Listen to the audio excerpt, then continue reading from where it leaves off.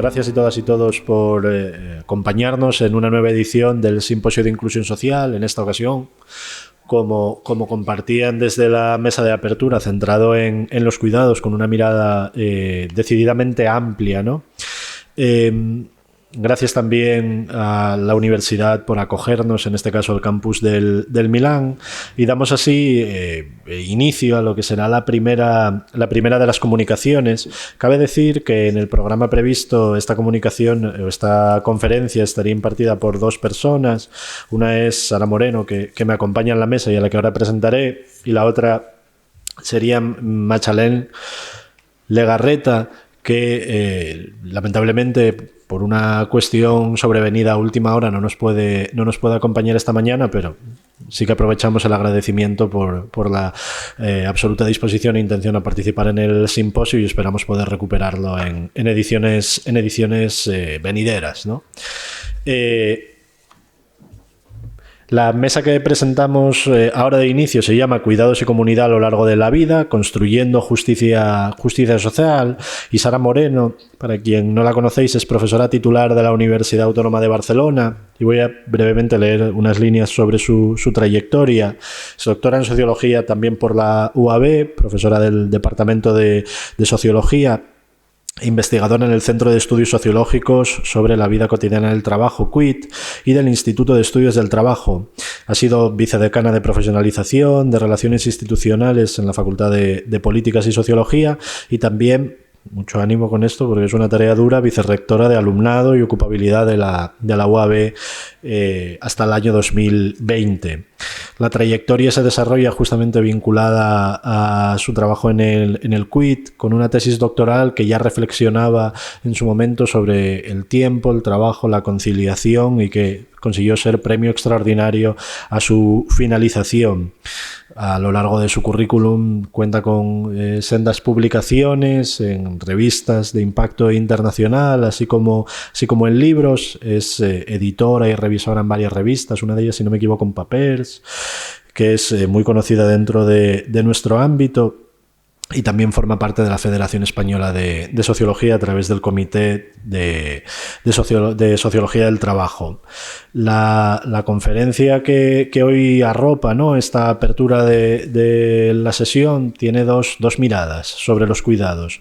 Una mirada inicial que tiene que ver con la crisis y la definición de la crisis de los cuidados en todas sus dimensiones, que es el motivo por el cual hoy estamos aquí sentados tratando este tema, y luego una reflexión muy pertinente y necesaria, que es cómo el trabajo, los cuidados y nuestra vida al final conecta y se desarrolla a veces en malabares y atravesando precariedades de muy diversa índole, y además cómo se puede abordar esto desde una perspectiva de las políticas, desde una perspectiva de la movilización y desde una perspectiva en la cual se avance hacia una mirada transformadora a este respecto.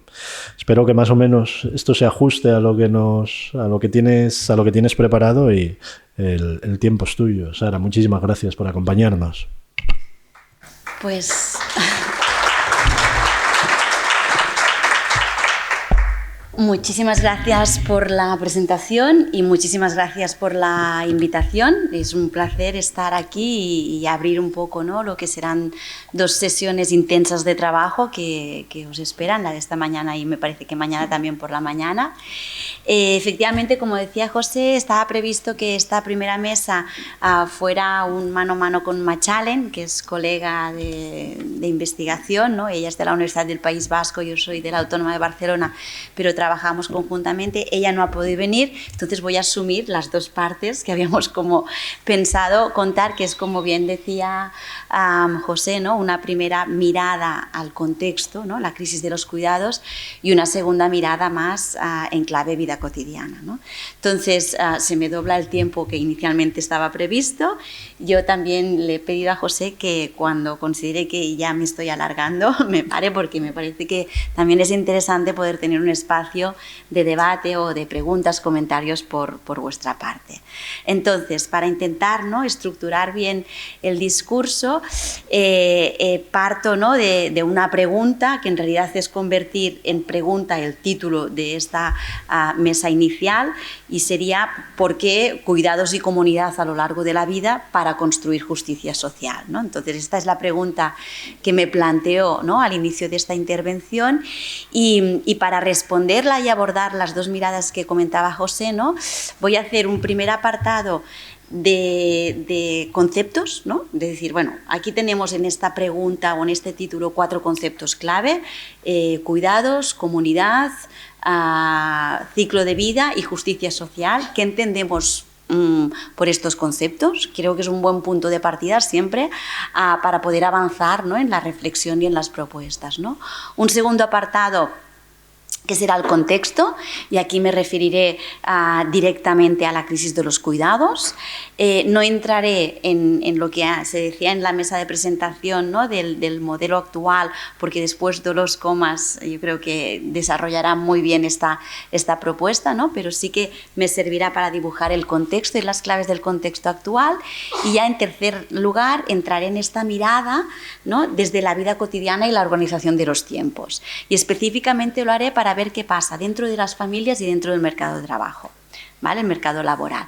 Y para finalizar, para cerrar esta intervención, me referiré a lo que son las iniciativas público-comunitarias, o algunas de las iniciativas que se están impulsando en el ámbito público-comunitario, para más que explicarlas, para ya hacer como una primera reflexión sobre lo que se ha hecho y qué ha funcionado y qué no ha funcionado, ¿no? Un poco los riesgos y las oportunidades de estas iniciativas que nos han brindado hasta el momento.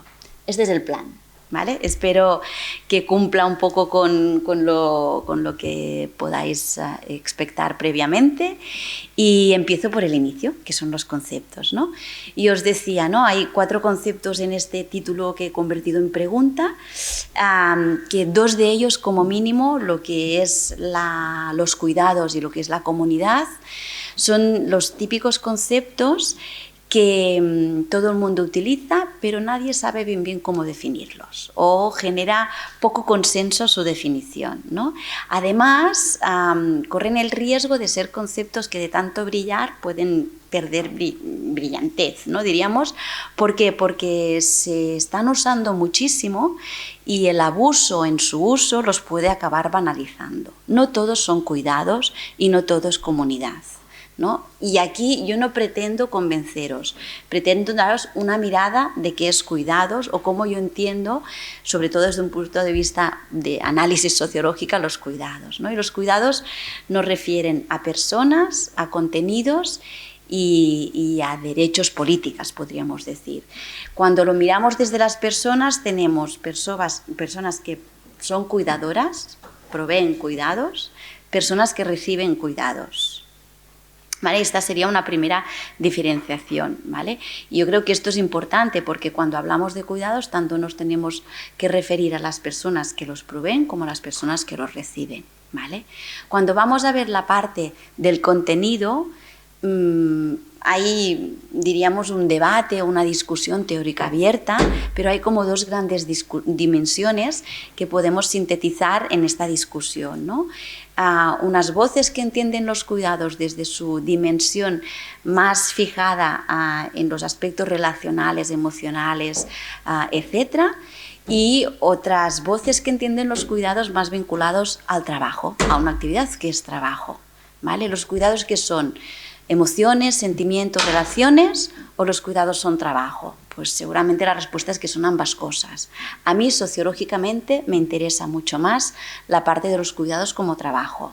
¿Por qué? Porque el trabajo es lo que genera las desigualdades sociales, ¿vale? Y como queremos hablar de justicia social, a mí siempre me ha interesado mucho más estudiar la parte material de la realidad social y no tanto la parte simbólica, aunque ahí está y no podemos prescindir de ella, porque puede condicionar también la parte material, ¿vale? Y después los cuidados, a día de hoy, que forman parte de la agenda política, también toman forma de derechos, de políticas, de programas, de intervenciones, ¿no? Y hay una línea o hay líneas de actuación en esta agenda política donde toman como objeto político, objeto de regulación política, ya sea en naturaleza de derecho o en naturaleza de proyecto de intervención social, los cuidados, ¿vale? ¿Qué estoy excluyendo en estos cuidados? Pues, por ejemplo, excluyo una cosa tan clara como pueden ser el trabajo doméstico, ¿vale? El trabajo doméstico tiene otras características desde mi punto de vista. ¿Por qué? Porque los cuidados lo que define es que son un trabajo para atender las necesidades necesarias para el desarrollo de la vida cotidiana de aquellas personas que no se pueden valer por ellas mismas, o bien al 100% o bien al 5%, ¿no? Diríamos. Y aquí encontramos dos tipos, básicamente, distintos tipos, pero tenemos los cuidados de criaturas y los cuidados de larga duración. Y dentro de los cuidados de larga duración podemos encontrar la gente mayor o la gente con algún tipo de discapacidad, dificultad, etc. ¿Vale? A mí también sociológicamente me interesan mucho más los cuidados de larga duración que no los cuidados de las criaturas, ¿vale? Diríamos, y después ahondaré en este sentido, pero que genera mucha más problemática de justicia social los cuidados de larga duración que los cuidados de las criaturas, ¿vale? Después recuperaré esta idea. Segundo concepto, comunidad. Comunidad, comunitario, lo comunitario. ¿Qué es la comunidad? Pues tampoco existe un consenso claro acerca de qué es la comunidad y no pretendo resolverlo. Simplemente pretendo dar algunas pinceladas, ¿no? Cuando nos preguntamos qué es la comunidad, de entrada hay algunas definiciones que muy claramente marcan la idea de que la comunidad la podemos vincular en un territorio, en unas identidades, en un tipo de participación, ¿no? Es aquello que nos permite identificar, ¿no? Ya sea identitariamente o territorialmente, y que implica participación, vínculo, ¿no? Esto sería una primera idea de la comunidad, algo integrado que funciona como un ente, ¿no? Como un sujeto, diríamos. Pero cuando hablamos de comunidad también hablamos de la acción comunitaria, ¿no? Y estoy convencida que en muchas de vuestras situaciones laborales estáis constantemente haciendo acción comunitaria, ¿no? Es una manera de intervenir en la realidad social, ¿vale? Que no busca seguramente el asistencialismo, no busca otras opciones, sino que busca esta acción comunitaria, esta imbricación en unas dinámicas sociales que forman parte del contexto donde queremos intervenir y que estamos reconociendo sujetos sociales ahí activos. Pero comunitario o comunidad también puede ser una forma de organizarse y de gestionar, ¿no? La autogestión, la horizontalidad, ¿no? Que escapa de organizaciones más verticales, que escapa, ¿no? de organizaciones jerárquicas, ¿no? Esta gestión comunitaria precisamente busca romper con unas dinámicas de poder vertical que no reconocen, ¿no? Esta participación más horizontal que podría ser la participación comunitaria. Con lo cual también tenemos distintas maneras de entrar a la comunidad. Cuando hablamos de cuidados de comunidad, pues aquí ya se nos mezclan muchas posibilidades de intervención, y esto volveré al final, ¿no? Diríamos. Teníamos otro concepto que es a lo largo de la vida, que yo lo acabo, ¿no? Identificando con ciclo vital. ¿Y qué relación tiene el ciclo vital con los cuidados? Pues la idea de interdependencia, ¿no? La idea de pensar que si queremos introducir la perspectiva del ciclo vital hablando de los cuidados, seguramente tenemos que descuidar o dejar de lado la idea de dependencia, ¿no? De pensar que hay unas personas que dependen de las otras, y pensarnos como personas interdependientes, que a lo largo de nuestra vida, en distintas fases de esta vida, siempre necesitamos de los otros y los otros nos necesitan de nosotros. Y las necesidades son distintas, a veces son cuidados más emocionales, a veces son cuidados más físicos, más económicos, pero hay una interdependencia y no es unidireccional, sino que es bidireccional. Esto nos ayuda a construir comunidad. Si pensamos en clave unidireccional de dependencia, más difícilmente podremos construir comunidad y tendremos solidaridad, voluntariedad, asistencialismo, pero no comunidad. esta jerarquía equilibrada, esta horizontalidad equilibrada, no la tendremos si pensamos en esta dependencia que acabamos reduciendo, ¿no? A lo largo de la vida, cuando necesitamos cuidados, cuando somos pequeños y cuando somos mayores. No, esto va de algo más complejo, ¿no? Diríamos. Y finalmente, justicia social. ¿Qué vinculación podemos encontrar con la justicia social y los cuidados? Pues aquí seguramente habéis escuchado, ¿no?, cuando se habla de la democratización de los cuidados, ¿no? Lo que estamos hablando cuando hablamos de justicia social es precisamente trabajar para erradicar las desigualdades sociales que se reproducen o producen cuando queremos satisfacer las necesidades de cuidados, ¿no? Y aquí hay una autora que para mí es muy referente, que es Nancy Fraser, con su propuesta de justicia social vinculada a los cuidados, que habla de la necesidad de reconocer, redistribuir y reducir o participar, ¿no? Hay distintas interpretaciones de lo que habla, ¿no?, de estas 3 R's, ¿no? Pero se trata de reconocer que existe una necesidad de cuidados, de redistribuir los trabajos que implica y de contar con la representación, es decir, la participación de todas las personas que forman parte de este conglomerado de cuidados y comunidad, ¿no? Entonces, cuando hablamos aquí, o cuando se introduce, ¿no?, esta idea de justicia social, yo tomando la misma autora, ¿no?, siempre me gusta recuperar una de sus ideas, ¿no?, que de lo que se trata es de reconocer necesidades de cuidados y repartir responsabilidades. Y así vamos a avanzar en términos de justicia social. Si no reconocemos necesidades y no redistribuimos responsabilidades, reproducimos desigualdades, ¿vale? Iré desarrollando un poco todo esto. Esto sería el primer punto, ¿no?, que quería como enmarcar, ¿no?, la necesidad de una provisión justa de los cuidados y cómo aquí tenemos que pensar a lo largo del ciclo vital y cómo tenemos que pensar que la comunidad, ¿no?, es un agente que debemos considerar para lograr alcanzar, ¿no?, este reconocimiento de necesidades para una redistribución justa de las responsabilidades. Paso al segundo punto. A partir de este mapa conceptual vamos a ver cuál es el contexto, ¿vale? Y yo estoy convencida que todas y todos vosotros tenéis claro que el contexto es la llamada crisis de los cuidados. Pero cuando hablamos de esta crisis de los cuidados también estamos refiriéndonos a muchos aspectos que a veces se dan por descontado y que a mi modo de ver es interesante poder a veces, ¿no?, situar en un inicio de unas jornadas como estas, ¿no? Hay una primera idea clara de lo que es la crisis de los cuidados, que es un desencaje entre la demanda y la oferta, ¿no? Cuando hay más demanda de cuidados que oferta en la provisión de recursos de distinta índole para satisfacer estas necesidades, ¿no? Este desencaje, ¿no?, este desajuste entre oferta y demanda genera un contexto de crisis de los cuidados. No se está resolviendo muchas de las problemáticas. ¿Por qué se da este desajuste? Y aquí entra, yo creo, un conjunto de factores que es interesante poner encima de la mesa.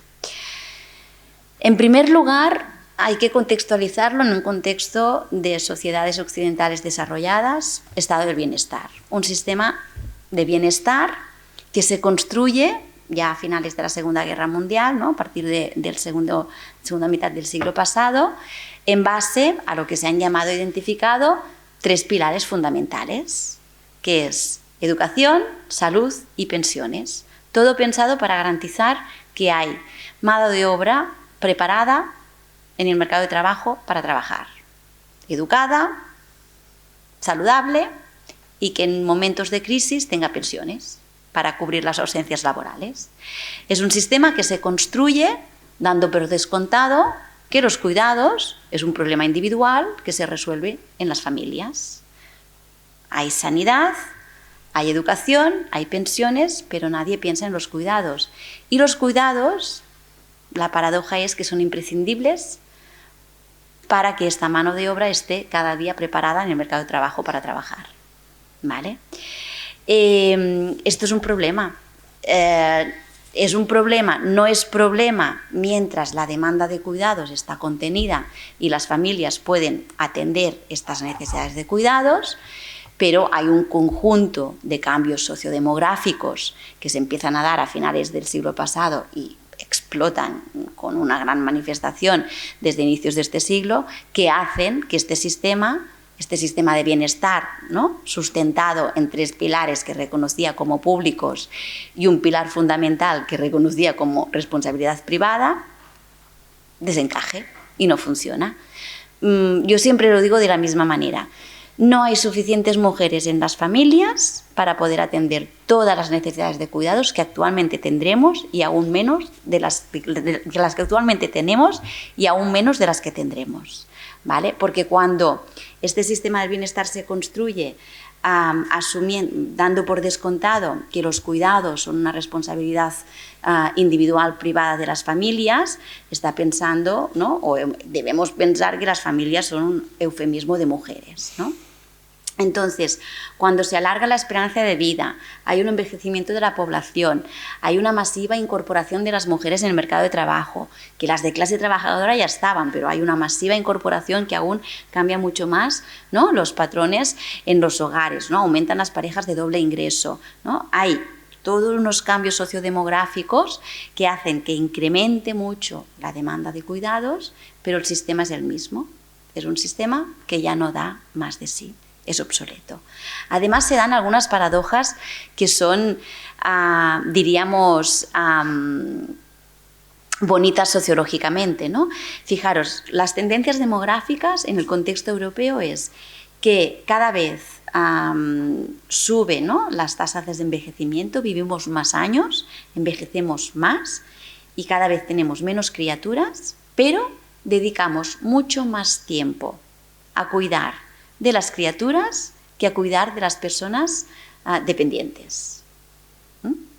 Y aquí nos podemos preguntar, ¿no?, cómo se idealizan determinados cuidados y cómo se invisibilizan y penalizan otros cuidados, ¿no? ¿Y por qué? ¿No? ¿Y qué papel puede jugar el mercado en esta idealización y invisibilización, penalización, connotación negativa, cuando lo que a todas nos va a pasar es que vamos a envejecer y no todas tenemos por qué tener responsabilidades de criaturas o tenemos responsabilidades de criaturas ya.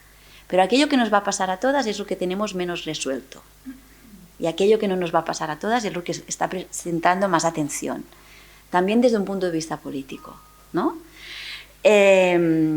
Más cosas que nos pasan. Tenemos este desencaje, tenemos un estado del bienestar que se piensa, dando por descontado que los cuidados son privados, que la familia los va a resolver, un modelo que falla por obsoleto y de repente una pandemia, la crisis de la COVID, ¿no?, que nos aparece como quien no sabe de dónde surge, diríamos, y hace, ¿no?, una cosa que era impensable, que es de repente se habla de cuidados, ¿no?, y hace como de un reflejo de aquello que existía pero estaba oculto. Y surge y emerge un discurso muy potente de cuidados que a día de hoy ya podemos afirmar que se quedó en discurso, ¿no?, porque teníamos que poner los cuidados en el centro de la vida y lo teníamos súper claro y se declararon los servicios esenciales que nunca antes habíamos podido pensar que se reconocería como esenciales, el trabajo de cuidadoras en distintos ámbitos, pero ahí se quedaron, ¿no? ¿Y qué ha cambiado desde entonces? Pues que hay una agenda política, pero muchas dudas, ¿no? Hasta qué punto hay realmente una voluntad política, es decir, una clara intención de poner dinero para desarrollar políticas de cuidados. Y al final voluntad política no va de discursos, sino van acompañados de dinero, ¿no?, diríamos. Además, ¿no?, nos encontramos pues, en este contexto donde el modelo está en una situación de transición por todos estos aspectos que os he explicado y tampoco voy yo ahora a detenerme más, ¿no? Pero en esta transición del modelo, y insisto, Dolors entrará en las propuestas del modelo, sí que yo quería subrayar cómo se dan dos tendencias simultáneas pero contrarias, ¿no? Estamos en este escenario que he intentado dibujar donde, por un lado, hay una tendencia que ahonda en la idea de la individualización de los cuidados y es la mercantilización y comercialización de los mismos. crecen las plataformas de cuidados, crecen las ofertas en el mercado para atender las necesidades de cuidados, especialmente de larga duración, ¿vale? No hace falta que diga pues, nombres que van sonando así en los medios, que se están publicitando constantemente y que garantizan, además de una profesionalización de los cuidados, pues ajustarse a las necesidades individuales, ¿no? Por un lado tenemos esta mercantilización, comercialización de los cuidados y por el otro lado, simultáneamente y en sentido absolutamente opuesto, tenemos la estrategia de la desinstitucionalización, ¿no? Que precisamente la estrategia de la desinstitucionalización, como antes se mencionaba, ¿no? Parte de una lógica que los cuidados ya no son responsabilidad individual, sino social, que hay responsabilidad pública y que hay que pensar e impulsar otra cultura de cuidados, ¿no? No voy a entrar yo mucho, ¿no? Porque entrará después Dolors, pero esto quiere decir no que la institución sea mala, sino que hay que pensar otro tipo de institución, poner las personas al centro y fomentar siempre que sea posible el entorno comunitario y domiciliar de las personas. Absolutamente distinto a la oferta del mercado, ¿no? Que es garantizar que te atienden individualmente lo que necesitas sin pensar el entorno, la cultura de los cuidados, etc., ¿no? Entonces nos encontramos en esta tesitura de transición del modelo obsoleto, hay que revisarlo, una pandemia que parecía que era un cambio de paradigma, pero se quedó en buenas intenciones y pocas intervenciones, diríamos, y todo esto, ¿no? En un escenario, concretamente el español, que viene marcado por la aprobación en 2006 de la LAPAZ, que conocéis sobradamente, que podríamos decir que se empezó y construyó la casa por el techo, porque una ley fantástica, ¿no? Ha contenido, pero no se pensó cómo financiar. Y justo se empezó a implementar, que esclató la recesión económica, la crisis económica que acompañó la recesión económica, ¿no? Bueno, tenemos mucha experiencia de implementación y desarrollo de la LAPAZ. Hasta el momento de hoy que estamos en esta revisión de la LAPAZ y la nueva propuesta, etcétera, yo tengo colegas que se han dedicado a analizarla, ¿no? y a estudiar profundamente, ¿no? Cuál era el impacto, y con un titular, porque no tengo tiempo y tampoco es el objetivo, podríamos decir que tenía un discurso universalista y unas prácticas asistencialistas, ¿no? Diríamos que entre muchas otras incoherencias o problemas hay el del marco interpretativo que en el trasfondo de la ley está, que es el papel de las familias, de nuevo, porque en el abanico de recursos que prevé la LAPAZ se contempla la prestación económica por cuidado dentro de la familia, que esto quiere decir que se asume que la familia tiene o puede ejercer una responsabilidad. Y volvemos a la idea de este estado del bienestar que se construye pensando que la familia es la principal responsable de los cuidados, ¿no? La consecuencia de, en un contexto como el nuestro, de fuerte cultura familista, ¿no? Que forma parte de nuestro imaginario, de contemplar una LAPAZ con una cartera de servicios donde hay una prestación económica por cuidado dentro de la familia, es que la mayoría de prestaciones, como bien sabéis, son esta, y refuerza el papel de la familia, de muchas mujeres, en el cuidado de las personas, expulsándolas muchas veces del mercado de trabajo, con todo lo que esto conlleva, como después me referiré.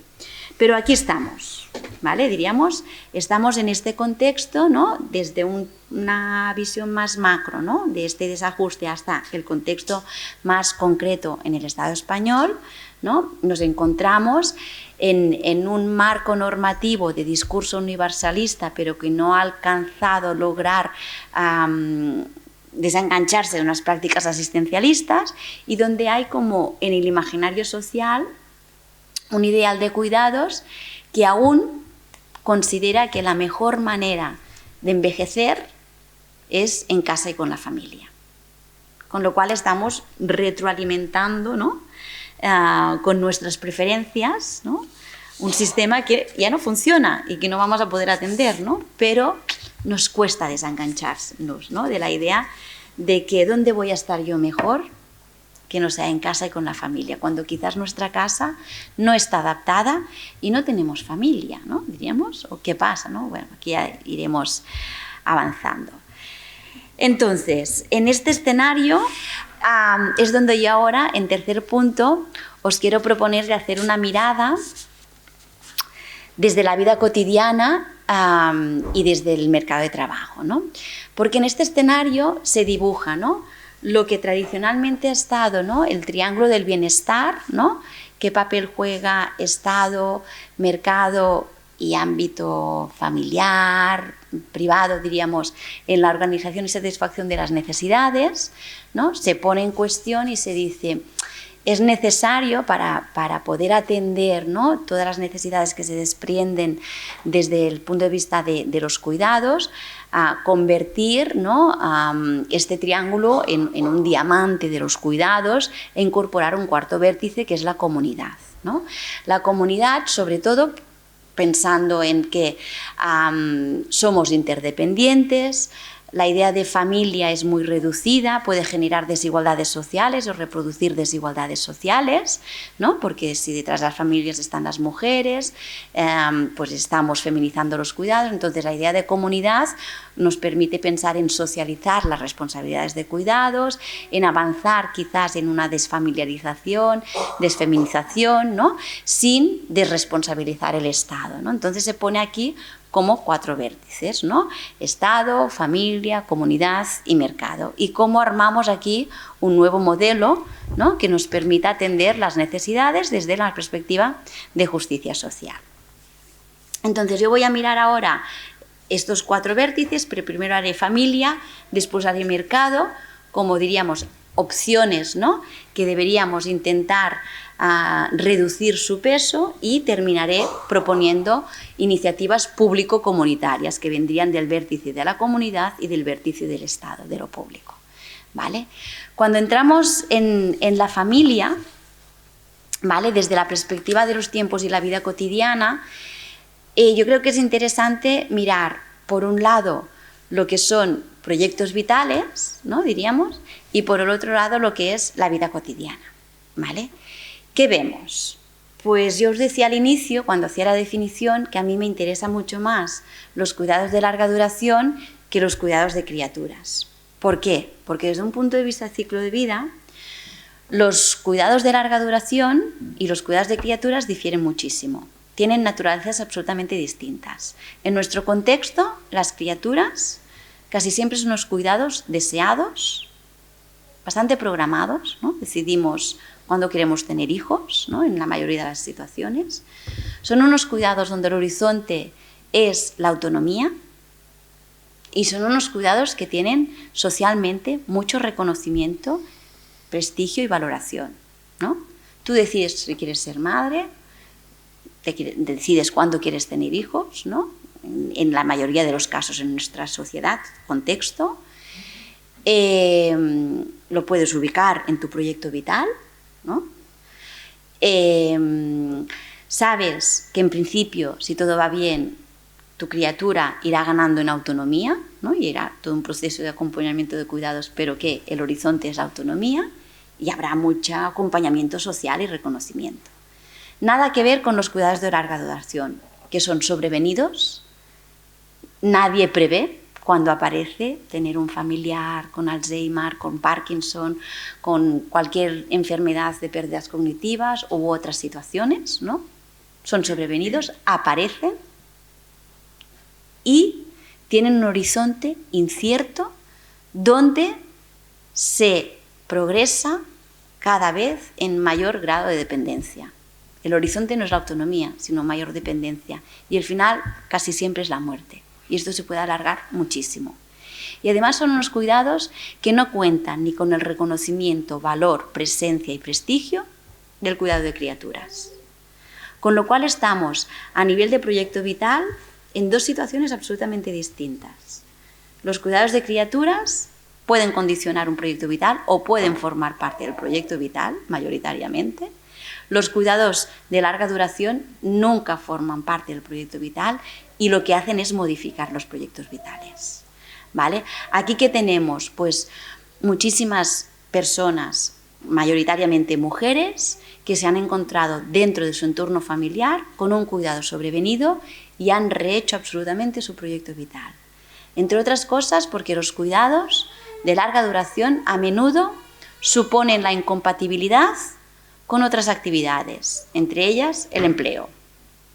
Tenemos una organización social del tiempo que hace incompatible el empleo con los cuidados de larga duración. ¿Vale? Se ha regulado políticamente mucho más la compatibilidad, otra vez llamada conciliación, entre el cuidado de criaturas y el empleo, porque ha interesado tener madres trabajadoras activas en el mercado de trabajo, y se ha regulado mucho menos, bueno, prácticamente no se ha regulado, la compatibilidad entre los cuidados de larga duración y el empleo, con todo lo que genera a nivel de proyectos vitales y expulsión de mujeres del mercado de trabajo, con unos perfiles muy determinados, porque muchas de estas mujeres que son expulsadas son la llamada generación sándwich, ¿no? Aquellas que tienen entre 45 y 55 años, porque es cuando los padres, madres, ¿no? envejecen, que mayormente son las que ocupan, ¿no? el grueso de las necesidades de cuidados, y si sales del mercado de trabajo con 55 años siendo mujer es muy difícil volver a entrar. Y cotidianamente, ¿qué suponen estos cuidados de larga duración en términos de tiempo?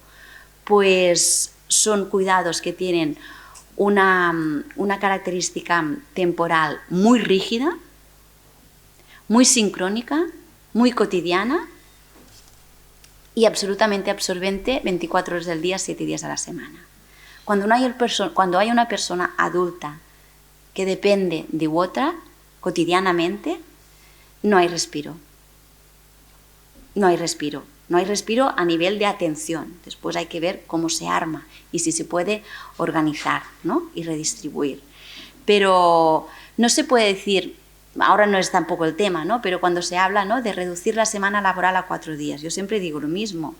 Bueno, en determinadas lógicas puede ser productivo, pero en una lógica de vida cotidiana y trabajo de cuidados es absolutamente contradictoria, porque yo no puedo decidir cuidar a mi padre enfermo de Alzheimer de lunes a jueves y de viernes a domingo olvidarme. No se puede concentrar el cuidado de larga duración. Es cotidiano, diario, sincrónico, constante. Los 7 días de la semana, las 24 horas del día. Y esto temporalmente implica una dedicación y una lógica temporal que no encaja ni en la organización temporal social general, ni en la lógica temporal del mercado de trabajo, que es diacrónico, jornada laboral, empiezo y termino. Los cuidados de larga duración nunca empiezan y terminan, siempre están. Y hay muy poca intervención pública que tenga en cuenta esta característica temporal de los cuidados de larga duración. ¿De qué depende poder dar respuesta a esta necesidad temporal?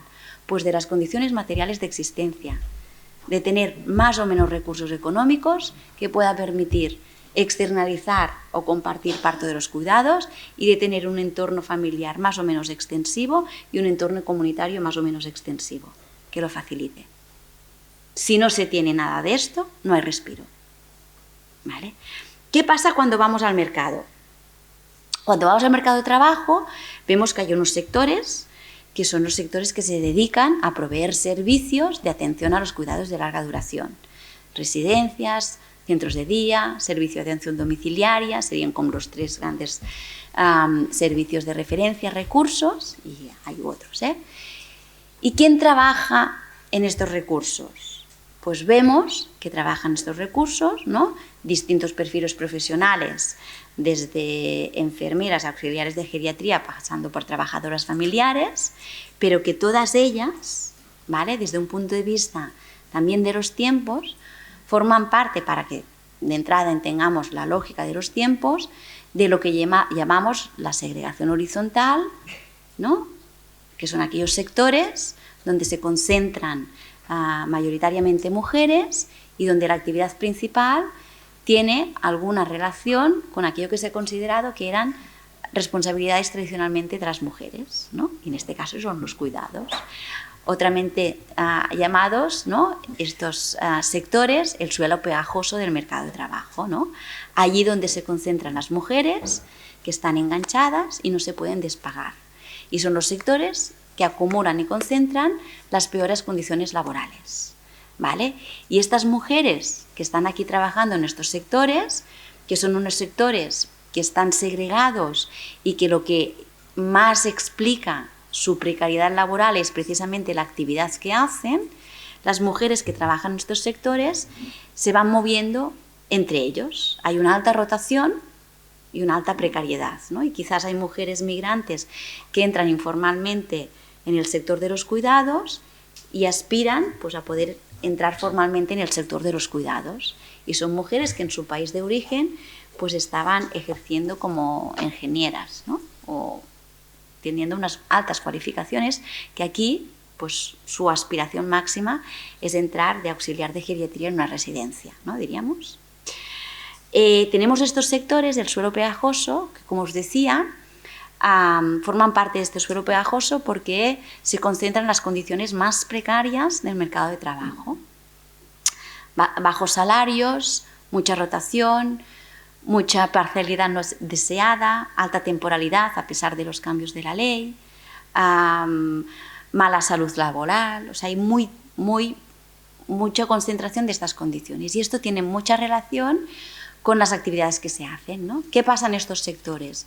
Pues que la actividad de los cuidados, como tradicionalmente se ha reconocido como una responsabilidad de las familias, de las mujeres, el mercado de trabajo la sigue subestimando, ¿no?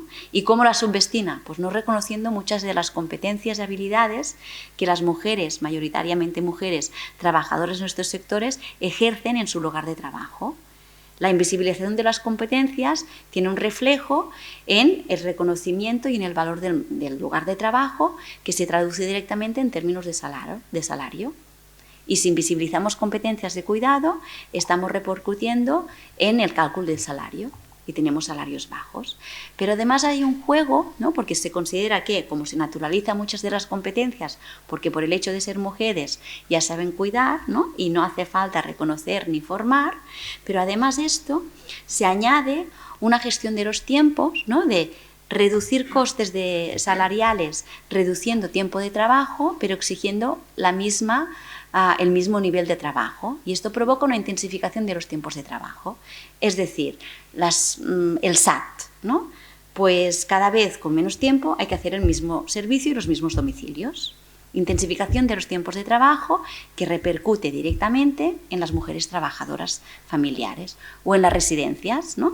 Hay que hacer tantas habitaciones, tantos usuarios en tanto tiempo, ¿no? Son estas ratios del servicio que radicalmente se traduce en una intensificación de los tiempos de trabajo que genera malestar, que repercute directamente en las trabajadoras, en sus condiciones laborales, pero también en la calidad del servicio y las personas dependientes. Con lo cual aquí tenemos un círculo vicioso dentro de la familia y dentro del mercado de trabajo, donde vemos que cuando hacemos esta mirada de los tiempos dedicados al cuidado, es este círculo vicioso que no hay unas condiciones óptimas ni para poder ejercer una provisión óptima de cuidados, ni para poder recibir unos servicios de calidad de cuidados, ¿vale? Y aquí estamos en este círculo vicioso donde hay mujeres trabajando en condiciones precarias, atendiendo a personas que son vulnerables por su situación de dependencia y haciendo una actividad que está subestimada económicamente y socialmente dentro del mercado de trabajo y dentro de las familias. Y aquí estamos, dándole vueltas al círculo vicioso. ¿Cómo podemos romper este círculo vicioso? ¿No? Pues es difícil y no tengo una respuesta mágica, pero sí que hay propuestas interesantes encima de la mesa, ¿no? Romper este círculo vicioso, ¿vale? Quiere decir convertir en realidad el círculo vicioso en un círculo virtuoso. Y eso de entrada ya cualquier persona que tenga responsabilidad política debería ver como los cuidados es una oportunidad de generar empleo intensivo en mano de obra, con lo cual empleo que potencialmente va a resistir cualquier crisis económica y cualquier crisis del trabajo, porque lo que necesitas es personas para trabajar. No es, ¿no? Lo que podría pasar en el mundo de las finanzas, de la construcción. O sea, la intensidad en la mano de obra te garantiza que vas a generar empleo y no lo vas a destruir, porque habrá una demanda constante, creciente a lo largo del tiempo, ¿no? Entonces, vamos a romper este círculo vicioso, ¿no?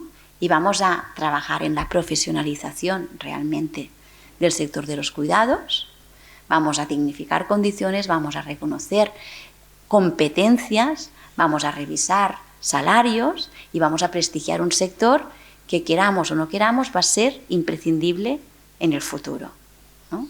Esto sería lo lógico, sentido común, ¿no? ¿Por qué no se hace? Bueno, aquí hay muchas hipótesis, ¿no? ¿Qué se está haciendo? Se está haciendo, ¿no?, y es una de las líneas de trabajo más interesantes a mi modo de ver, el impulso de iniciativas público-comunitarias, sobre todo en el ámbito local, ¿vale? Es una de las líneas de actuación, ¿eh? Después, insisto, Dolors puede comentar otras, bueno, desarrollará la idea de la desinstitucionalización y, bueno, qué pasa y tal, ¿no? Pero una de las líneas de actuación que a mí me parece más interesantes y con más potencial es precisamente iniciativas impulsadas desde lo público, pero con una vocación claramente de trabajar con lo comunitario a nivel local, ¿vale? Es innovación social. ¿De dónde surge la innovación social? Pues los colegas politólogos lo explican muy bien. De la necesidad y el fracaso.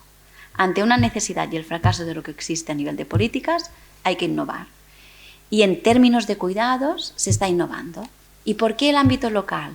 Porque el escenario de la intervención pública local es el que ofrece una mayor proximidad a la ciudadanía y a sus necesidades. Y en cuidados hay una idea clave, que es la necesidad de adaptarte a cada contexto y a cada territorio. Y quizás lo que funciona en Oviedo, en Gijón no funciona. Hay una idea, pero la tenemos que adaptar. O quizás lo que funciona en un barrio, en otro barrio, no funciona, ¿vale? Hay que adaptarlo. Tenemos patrones de intervención que hay que ir buscando cómo se adaptan, ¿no? Cómo se va construyendo, ¿no?, este mosaico que también dice siempre Dolors, de los cuidados en función de cada situación. Público comunitario, tenemos intervenciones de distinta índole, pero hay, por ejemplo, en el País Vasco, que Machalen os hubiese contado con detalle los ecosistemas de cuidados, ¿no?, que es el impulso desde lo público de toda una integración de los distintos servicios de atención a las personas con dependencia y de cooperación entre profesionales, ¿no?, activando la comunidad.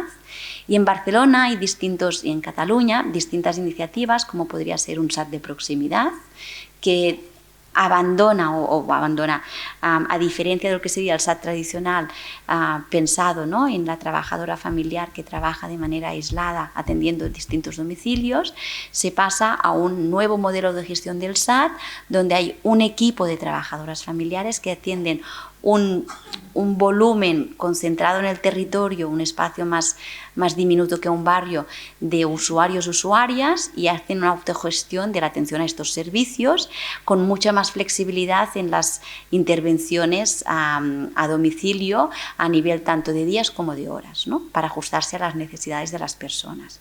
Es decir, si María necesita que cada día vaya a ponerle una crema en mitad de la espalda y solo necesita esto, y ella tenía al principio asignado un día a la semana 3 horas, pues las trabajadoras familiares tienen la capacidad de poder decir, no, a María iremos cada día 20 minutos a ponerle la crema en la espalda. No hace falta concentrarlo, no lo podemos concentrar un día 3 horas, sino que lo redistribuimos con lo que necesita, ¿no? Esta capacidad de autogestión de las trabajadoras familiares permite atender mucho mejor las necesidades de las personas, ¿vale? A veces son pequeñas intervenciones que facilitan mucho más ajustarse a las necesidades, ¿no? Hay proyectos como Proyecto Radars para atención a la soledad no deseada, activando la comunidad.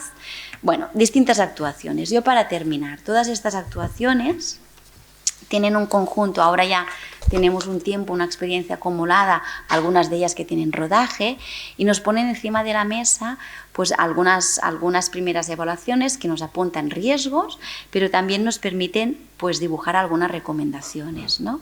Riesgos, pues activando la comunidad.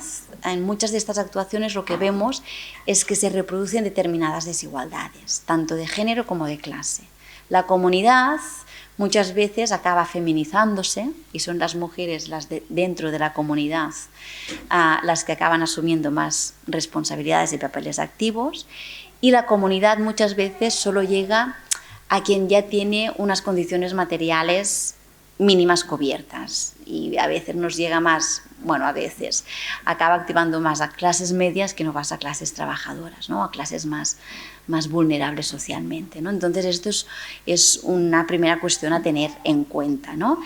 También vemos que muchas de estas iniciativas han servido para avanzar mucho en el reconocimiento de los cuidados, ¿no? En estas 3 R's que os decía al principio, en una representación un poco sesgada, pero sobre todo han servido muy poco para redistribuir responsabilidades, ¿no? Se ha avanzado mucho reconociendo cuidados, pero menos redistribuyendo responsabilidades y trabajos. Y muchas de ellas generan un choque de derechos, ¿no? Ponen encima de la mesa cómo encontrar, ¿no? Un justo equilibrio entre el derecho a recibir cuidados, y aquí yo no puedo entrar, ¿no? Pero quizás después podemos entrar, qué papel juegan las preferencias de las personas en este derecho de recibir cuidados. El que yo quiero es lo que yo necesito, ¿no? Me pongo dura. El derecho a trabajar en el sector de los cuidados desde un punto de vista de trabajo digno, que diría la OIT, pero también el derecho a no cuidar, y a no cuidar dentro de las familias, no como un privilegio, sino cuando la obligación moral de cuidados repercute en otros derechos que puedo tener como persona, ¿no? Diríamos, cuando me impide ejercer otros derechos, ¿no? Entonces aquí se plantea un choque interesante. Otros choques que se plantean, ¿no? Si la idea, y no voy a entrar a esto porque después ya se hablará, ¿no? Si la idea de la desinstitucionalización quiere decir no las residencias, ¿no? Si es mejor el hogar o los riesgos de institucionalizar el hogar, ¿no? Es decir, ir en sentido contrario a lo que se quiere, ¿no? Y después también vemos, ¿no? Una dificultad que está muy ligada a la dificultad de construir, de impulsar nuevos servicios, ¿no? Que no tienen un espacio en el imaginario social. En Barcelona durante 2 años se impulsaron las vilaveïnes, que querían ser, ¿no? Un servicio de atención integral a los cuidados a lo largo de la vida.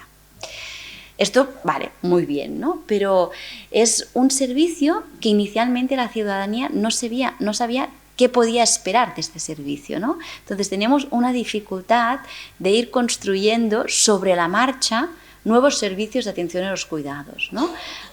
¿Cómo hacemos para abrir un servicio donde tienes una técnica especializada que recibe tus necesidades de cuidados e intenta derivarte en recursos, servicios, posibilidades que ya existen y que se desconocen para que te puedan atender estos servicios o activar soluciones dentro de la comunidad, ¿no? Entonces tenemos también la dificultad de generar demanda, de visibilizar una demanda que existe pero está invisibilizada y que haya conciencia de demanda de cuidados. Y esto también puede permitir desarrollar nuevos servicios, ¿no? Esto también se aparece y se vislumbra como alguna dificultad. Para finalizar, porque ya estoy en tiempo, ¿no?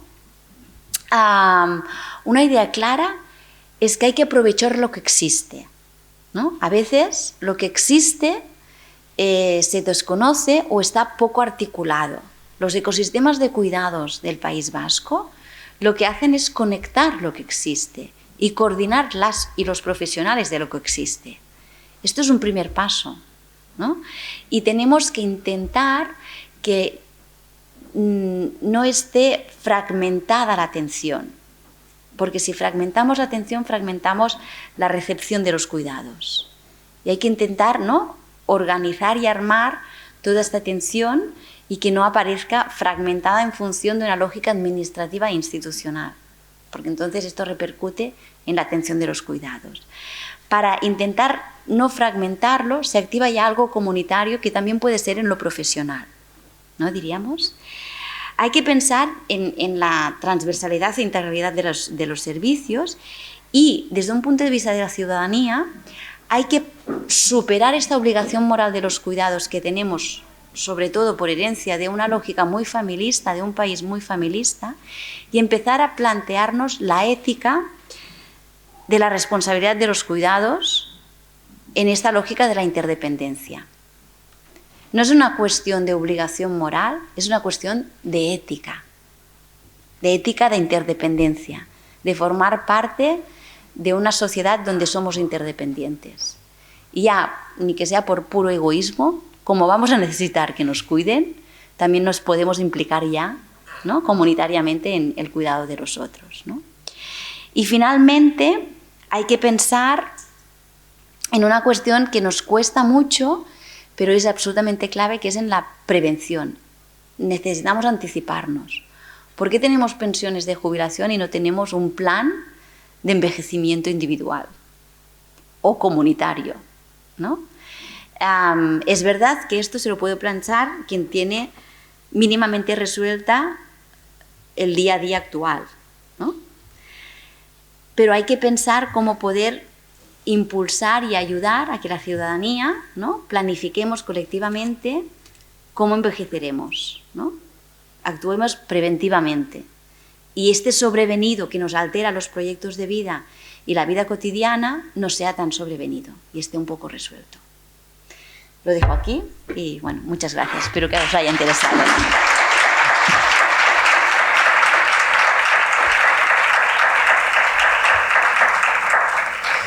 Bueno, muchísimas gracias, Sara. Creo que hay una persona con un micrófono, con lo cual tenemos posibilidad de que planteéis algunas preguntas. ¿Hay alguien que quiera romper el hielo con alguna cuestión?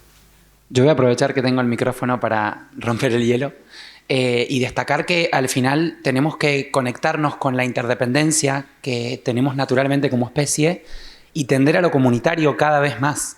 Porque romper el individualismo que el sistema ha ido generando, que es ilusorio y es irreal, y conectarnos con lo que es natural, que es la interdependencia que los humanos tenemos entre nosotros. Y en aceptar esa interdependencia, también aceptar la diversidad que nos compone como especie. Porque los cuidados son diversidad. Incluir a esas personas que son diversas por distintas causas dentro de los esquemas sociales y dentro de los esquemas comunitarios. Que no se sientan aparte, sino que se sientan parte del esquema y de la cuestión. Gracias. Sí, un poco en relación con su pregunta, te planteo yo otro tema que tenía aquí anotado. Me parece muy sugerente, de hecho, cuando explicabas la diferencia entre lo que sería una propuesta que cuenta con la comunidad o que tiene en cuenta la comunidad como un espacio y lo que es una acción comunitaria en sí. Y revisando las políticas públicas, de hecho, del ámbito de los cuidados, pero también del ámbito de la salud mental o de cualquier otro contexto, hay un discurso muy asentado de la comunidad porque cae en cascada desde estamentos de carácter transnacional incluso, pero siempre hay una tendencia a hablar de la comunidad como un espacio, más que como una acción, ¿no? Y luego entran los intereses económicos muy fácilmente, ¿no?, en esas ecuaciones. Para entidades sociales que realmente lo que están tratando es de impulsar entidades comunitarias, ¿qué espacio queda? ¿Qué ventana de oportunidad? Sí, yo creo que cuando hablamos de acción comunitaria, ¿no?, por ejemplo, os ponía el ejemplo del nuevo modelo de gestión del SAT de proximidad, ¿no? Y en realidad comunidad puede estar vinculada, ¿no?, por ejemplo, en una lógica profesional, es decir, que las trabajadoras familiares trabajen individualmente o en equipo. Cuando trabajan en equipo y tienen autogestión, ¿no?, y tienen capacidad de poder organizar su trabajo para responder, ¿no?, a las necesidades de los usuarios y las usuarias, ¿vale?, y ganan tiempo de atención, pueden salir a la calle a pasear con los usuarios y usuarias e integrarse en una dinámica comunitaria, ¿no?, y forman parte de la comunidad como profesionales, ¿no? Aquí había un debate súper interesante entre ellas de si era mejor para su reconocimiento profesional ir con uniforme o no ir con uniforme, ¿no? Hay un debate interesante, ¿no? Porque en realidad cuando hablamos de una acción comunitaria estamos hablando, que haya una lógica, ¿no?, de organización dentro, en este caso, dentro de lo que es el cuerpo de profesionales, pero que haya un reconocimiento en la comunidad donde están trabajando, ¿no? Entonces yo creo que desde el punto de vista del tercer sector, ¿no?, y la acción comunitaria, por ejemplo, el caso de las bilbaínas, que es esta prueba piloto que se hizo en Barcelona y estaba externalizada la gestión en 3 entidades del tercer sector, ¿vale? Trabajaban en la lógica de una persona técnica que hacía la atención en estas bilbaínas, que era un radio de personas reducido, en una lógica de atención individual y activación de lo comunitario, ¿no? Para activar lo comunitario se basaba en la lógica de la acción comunitaria, ¿no? Identificar, ¿qué identifico yo como comunitario? Pues aquí es donde hay toda la carga, ¿no?, de esta acción comunitaria. Entonces yo creo que hay una manera de activar lo comunitario más allá de un espacio, más allá de, sí, vinculado al territorio, ¿no?, pero más allá de o sea, más en términos de cuál es el escenario, ¿no?, donde estás actuando y cómo actúas, ¿no?, cuál es tu vocación de actuación, fuera de la lógica mercantil, que es individualizadora, como decía, ¿no? Es una lógica de actuación que intenta activar todos los recursos comunitarios que están en el alcance, ¿no? Y sacar de esta lógica mercantil e individualizadora, que parece que te da mejor atención, pero en realidad lo que te está es, como diríamos, anclando en una lógica de la cual no podrás salir, ¿no?, después, porque te genera una necesidad. No sé si te respondo. Sí, genial. ¿Alguna pregunta más? ¿Alguien? Hola, buenos días, Sara. Realmente gracias y felicidades por tu excelente presentación. Mi nombre es Fidel García, soy enfermero de Nicaragua, soy miembro de la Red Internacional Iberoamericana de Enfermería Comunitaria. Bueno, aquí en España tenemos a uno de nuestros representantes. Coincidimos como red en muchos de tus puntos, pero hay algunas situaciones que me llaman la atención, algunas interrogantes que nos habíamos planteado y hoy creo que puedo hallarles respuesta.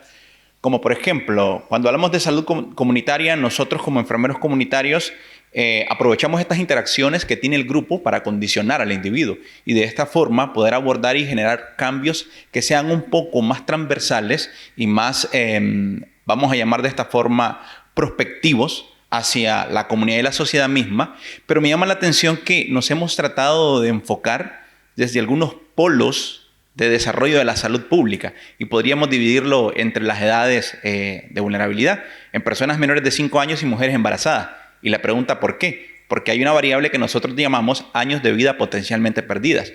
Y las personas que estamos envejeciendo, porque hace unos años fuimos más jóvenes, ahora vamos hacia más viejos, realmente tenemos menos años de vida potencialmente perdidas y en términos de desarrollo económico aportamos menos y consumimos más. Y desde el punto de vista nuestro, como prestadores y cuidadores de la salud, pues nos hemos enfocado más en el punto donde hay más debate y hay más dinero prestado en la palestra. Otro punto importante que me llama la atención es que nosotros mismos como enfermeros nos hemos centrado en cuidar a los individuos, pero hemos dejado abandonado el papel y el rol como cuidadores. Y un punto importante que tomo contigo es que el proceso de migración profesional en los países en vías de desarrollo, como los países de Centroamérica, África y algunos países de Asia, comúnmente viajan hasta estos entornos de países occidentales de primer mundo, tratando de buscar una mejora profesionalizante. Es decir, por ejemplo, en mi caso, yo soy licenciado en enfermería con un máster en salud mental y adicciones, 2 especialidades en investigación, pero cuando vengo acá, mi única opción es entrar a un centro de cuidado, de asistencia directa al cuidado. Y eso hace que las cifras de desigualdad aumenten no solamente a nivel nacional, sino como un problema internacional y de compromiso económico y global y profesionalizante. Y creo que los temas que tú estás planteando podrían generar una mesa importante de discusión también en nuestra agenda que tenemos como red de enfermería comunitaria. Y esto es importante acá, la generación de redes para subvencionar problemas. Gracias. Muy amable.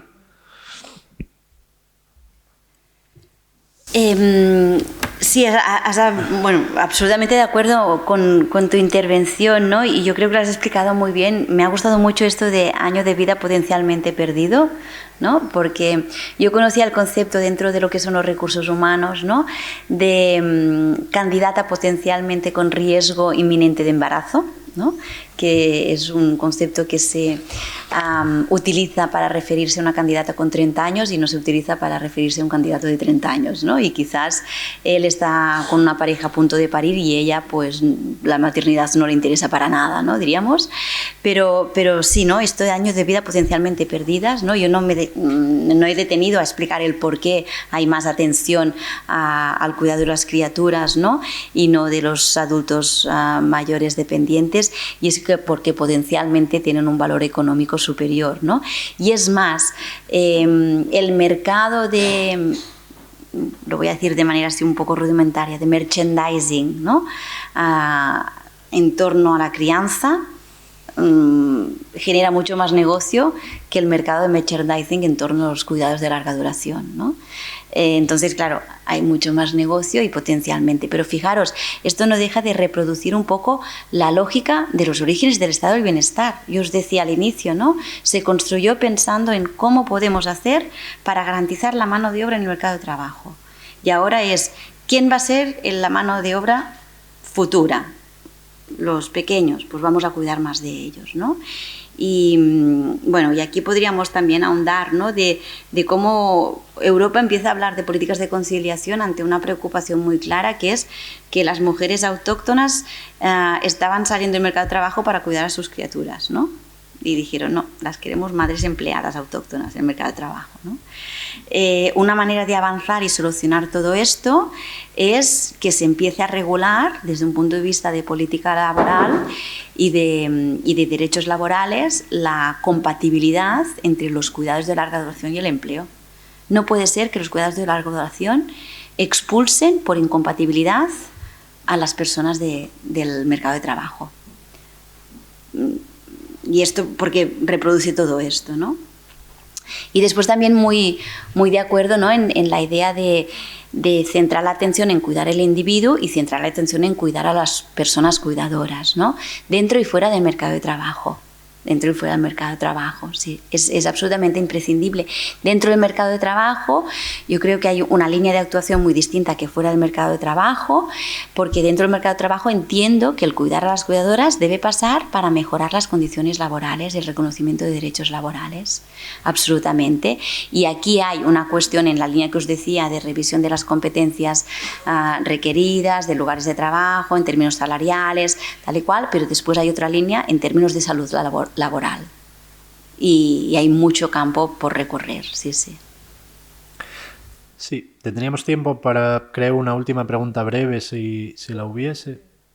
Muy bien, Adela, pero breve, por favor. Buenos días. Quiero hacer una...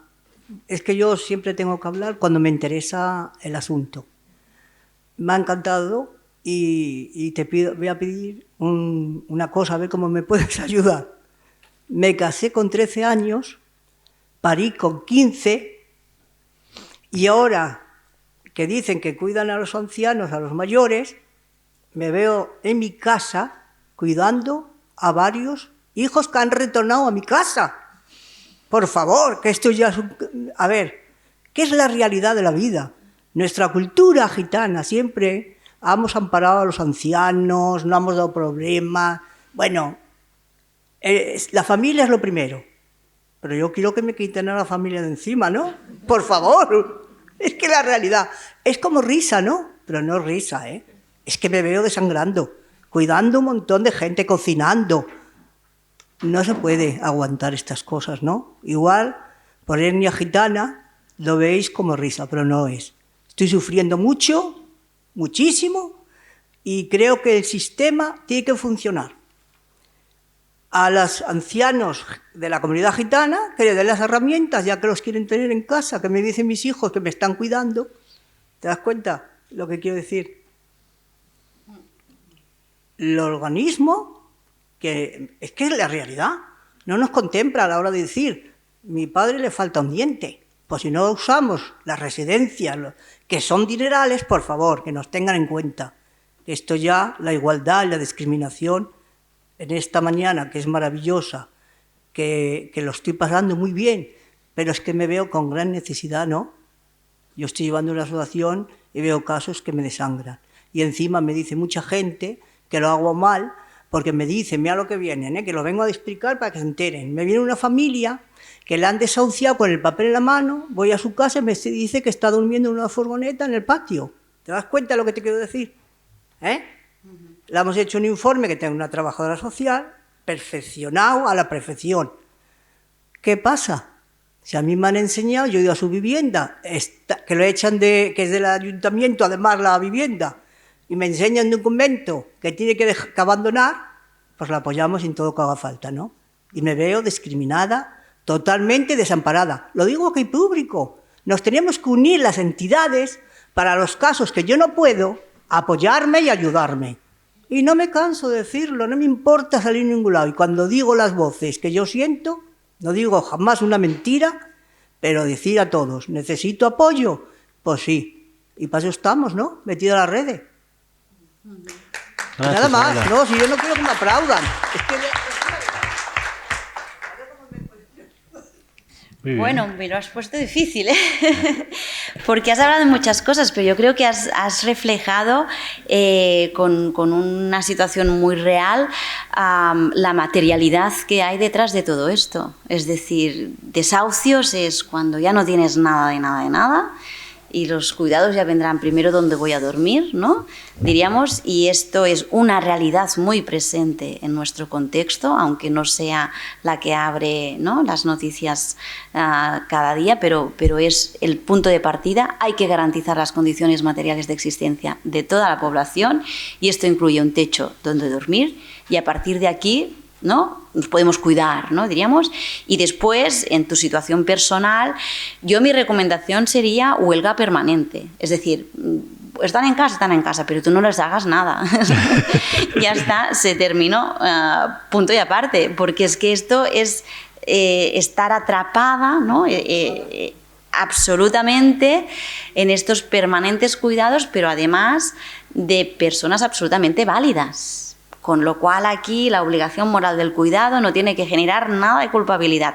Es muy fácil decirlo y muy difícil hacerlo. Ya en plano personal, yo tengo que cerrar la habitación de mis hijos adolescentes para no entrar y poner orden, ¿no?, porque no quiero hacerlo, y ellos ya lo pueden hacer. Pues entonces lo que no se ve no existe, pues tú no los ves, no existen. Y ahora sí, muchísimas gracias por venir a Oviedo y por este rato tan interesante y tan elocuente, Sara. Encantados de tenerte aquí.